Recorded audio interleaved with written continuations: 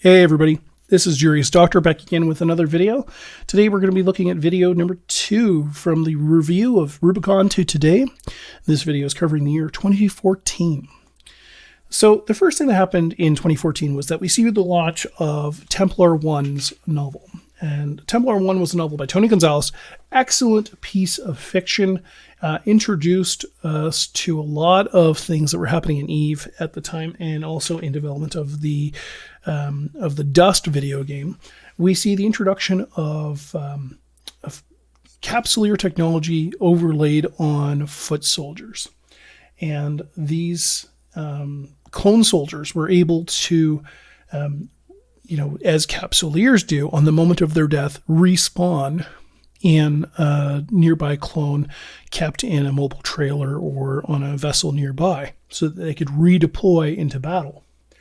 We also see the introduction of a new nebulous enemy in the form of the Other, an advanced AI come out of wormhole space, I believe, is how it goes. And we see the introduction of a lot of the politics of the Amarian Empire and how moves of individual players in the political scene disrupt things at the Caldari corporate level, at the Galente state level. And we see the introduction of a new faction empire. A faction meaning self-contained empire unto themselves. And this particular group is Mordu's Legion. Now, to explain a little bit about Mordu, Mordu was a general. He became dissatisfied with, his life with the military, and he decided to break out and start his own private army. And in so doing, he hired a lot of Caldari scientists. He brought in Galente scientists and weapons developers, and he combined their shipwright knowledge and their technologies and put together his own fleet of vessels. And while he did have some of his own, capital ships that he'd brought from his prior days, like a Morose, he also introduced the development of the Garmer frigate, the Orthrus cruiser, and the Bargast battleship. And having drawn from both Caldari and Galente inspiration, these vessels were introduced to EVE with the following bonuses. The Galente bonuses were per level, 10% bonus per level to Disruptor or Scram maximum range, and respective to frigate, cruiser, and battleship, Caldari bonuses in missile damage, 25% per level for the frigate to a maximum of 125% bonus, 15% bonus per level for the cruiser, for the Orthrus, and a 10% bonus per level for the Bargast. And on top of that, each of these enjoy a roll bonus of 200% bonus to missile velocity and a 50% bonus to missile flight time. What this functionally does for the Mordu's Legion ships is that it makes them an excellent kitey missile platform. The Garmer is almost indisputably the best solo PvP or fleet tackle ship in the game. The Orthrus is fantastic at anti-tackle defense, hit and run skirmish, also in fleets. And as a mobile battleship fleet, the Bargast is almost unparalleled. It's right up there with the Triglavian battleship and with the Raven in terms of, vessels that you want to take bashing structures or engaging with other battleship fleets at range. Now, we also see in 2015 a lot of other changes, including new reprocessing and industry interfaces. The new reprocessing interface was a really big change at the time, and it consolidated a bunch of different screens and views for reprocessing different ores and materials, for reprocessing ships and ammunition and goods found in ratting. And it allowed you in a single view to combine lots of different reprocessable materials at the same time in a station and see not only what your reprocessing rates were based on the structure bonuses, but also based on your individual skills. And to see in one clear view how much was not recoverable. So how much lost material was there and which items were not reprocessable based either on the number of units you had in the stack or by its nature not being something that can be reprocessed. The other thing that we see come out of that is a new industry and manufacturing window and science window that allows you to see not only your time and material view in a single window, but also the number of runs you're able to produce based on the goods you have available, and whether or not you have all of the goods required to produce those runs as a simple red or blue sort of visual indicator. It also allowed you to very easily predict, based on previewing different structures and their bonuses, what your savings would be by perhaps moving the jobs somewhere else. Somewhere with better bonuses. So this really helped improve things for industrialists in a big way, and for miners. It really helped to improve a lot of the gameplay, and it simplified things to a great degree. We also saw the introduction of new Barge and Exhumer ship models in industry. So the old Procurer, Retriever, and Coveter were differentiated by the fact that they had slightly different bonuses. They also had a different number of turrets. We see that go away with the introduction of the new Procurer, Retriever, and Coveter models, where they each have only 2 lasers, but they have this thing in the middle. It's kind of like a cycle drum that spins when they're actively mining and lights up. It's a very nice animation. But each of these differs now only slightly in length and the number of those cycle drums running in the middle of the ship when they're mining. The Procurer, in its biggest, functional difference, is that it's still the tanky miner. It gets a 5% bonus to shield hit points per level and a 2% per level shorter harvester cycle duration. It gets a roll bonus, though, of a 50% bonus to drone damage and hit points. Given that it's able to field 2 flights of light drones or 1 flight of medium drones, this makes it excellent for solo miners who want to get out there and mine in something bigger than a venture, but also have enough shield hit points and enough teeth to defend itself, both from NPCs and also potentially from people who want to get out there and gank it.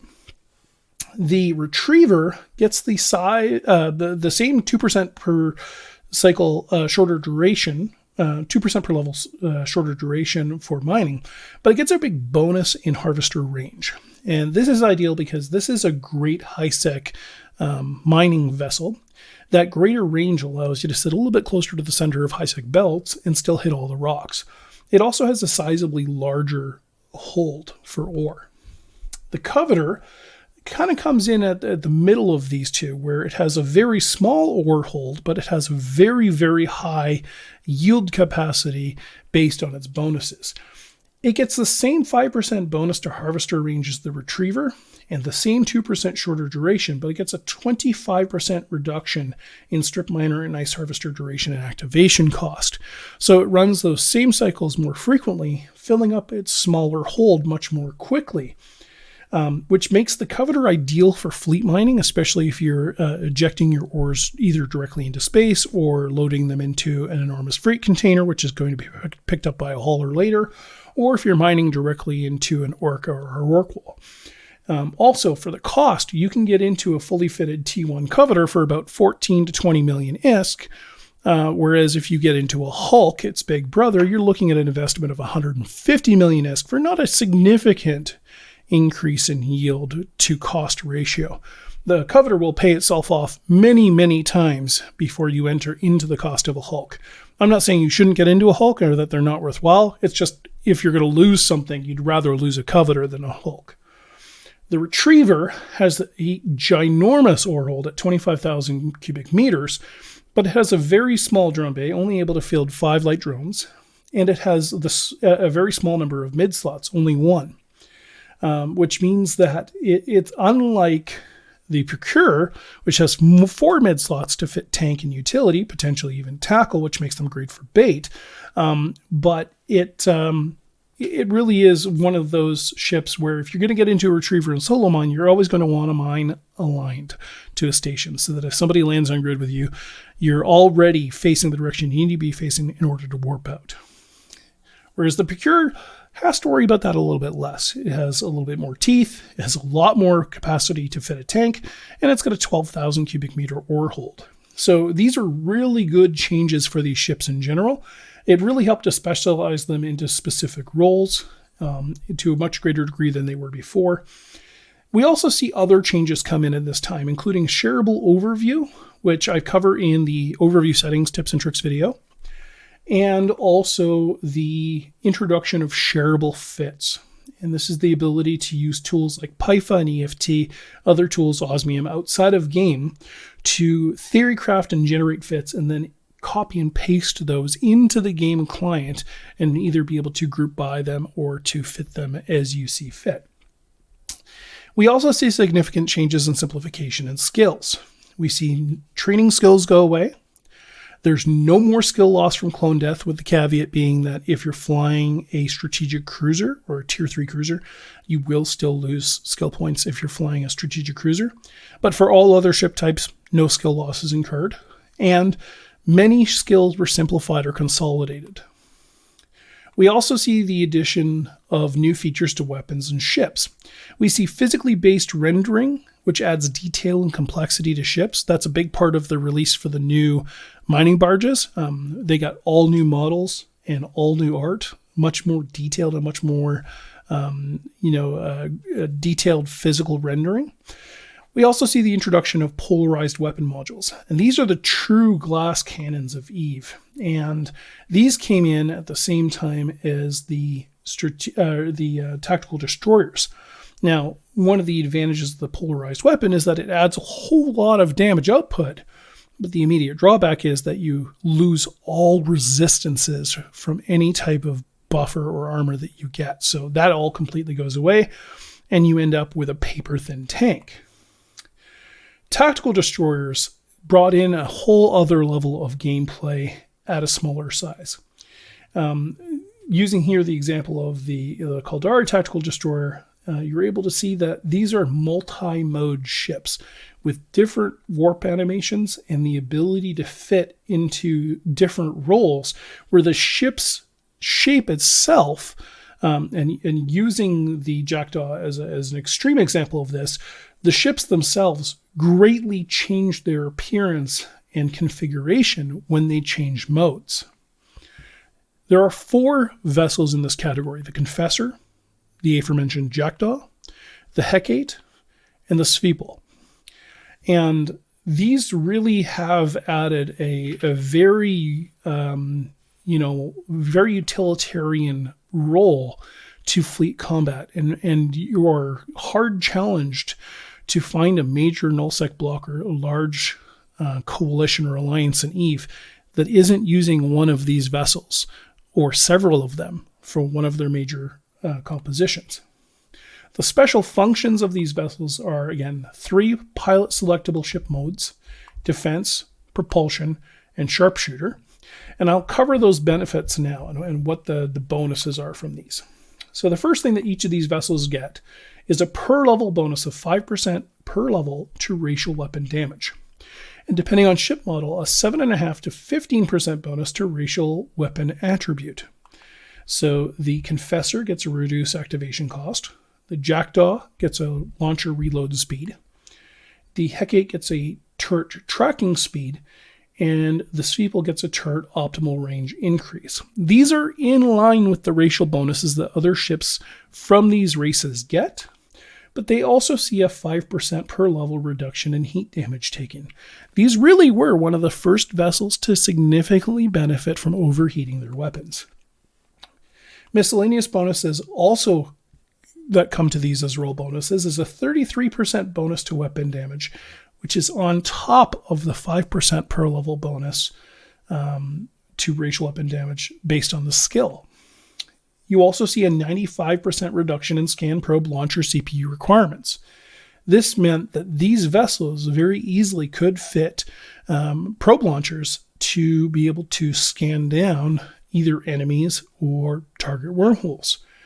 This meant that as a fleet commander, for you to be able to add scanning vessels, you didn't have to necessarily dedicate a specific vessel to come along with you, like an anathema, to scan down your enemies for you.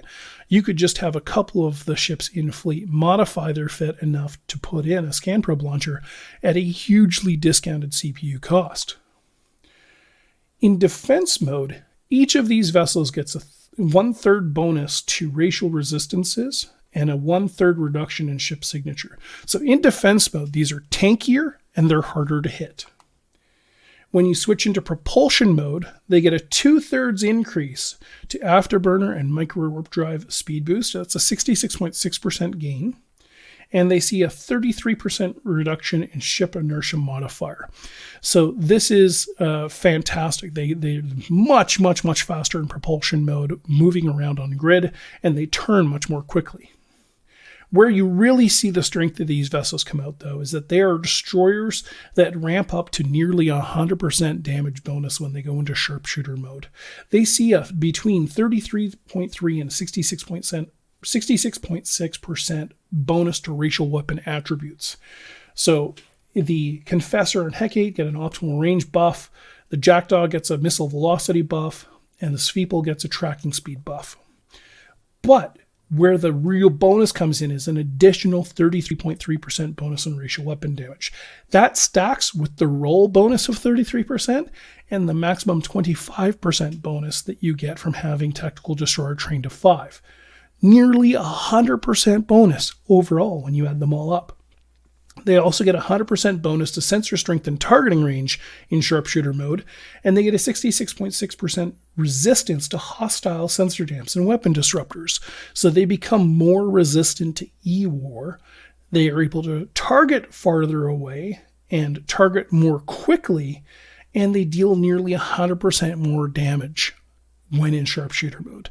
This makes these vessels favorites for taking on asymmetrical fights or fighting outclassed and fighting outside your class size. So, I mean, if you wanted to take a whole bunch of destroyers out and take down carriers, Confessors are fantastic for that. Jackdaws are great for engaging asymmetrically. All of these vessels really stand out for this purpose, which is why you will find these in most Alliance or Coalition doctrines. I hope you've enjoyed this review of the launch elements and the releases from 2014. If there's anything I've missed or if there's any questions you have, please feel free to throw them in the comment section below. If you like this video, give me a thumbs up. If you'd like to know when the next videos are coming out, subscribe and hit the little bell icon. Thanks so much, everybody. I'll talk to you again soon.